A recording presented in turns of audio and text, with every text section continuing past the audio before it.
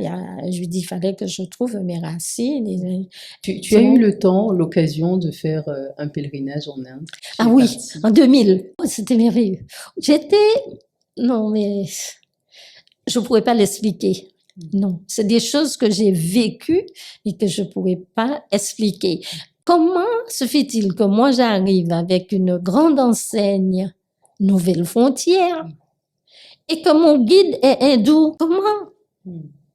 Et quand il demande à tout le monde les raisons de leur voyage et que moi il me regarde et je lui dis, vous aurez tout compris en me regardant. Et là, je lui dis, il fallait que je trouve mes racines.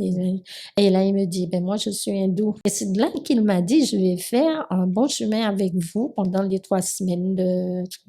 Et il m'a dit, quand je lui ai expliqué la douleur de mon grand-père maternel, et qui n'était pas retourné en Inde, et il m'a dit, alors... tu vas prendre l'eau du Gange. Nous irons à la fête de la lumière. À ce moment, tu prendras l'eau du Gange et tu retourneras à la Martinique. Tu verseras la moitié de l'eau sur la tombe. Et aussi, il m'avait dit de mettre l'autre moitié.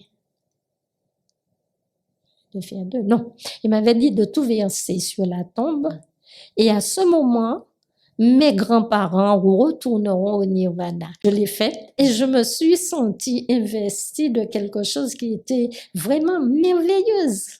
J'avais accompli un très, très grand acte. D'ailleurs, mes cousines, quand je suis allée, je leur ai dit qu'est-ce que j'étais venue faire. J'ai senti qu'elles étaient, puisqu'elles aussi, elles étaient allées en Inde, mais qu'elles n'ont pas eu cette chance de pouvoir le faire. Il me dit, ben, tu as eu de la chance, Lina, de pouvoir le faire. Le guide m'a dit que maintenant, mes grands-parents sont retournés au Nirvana.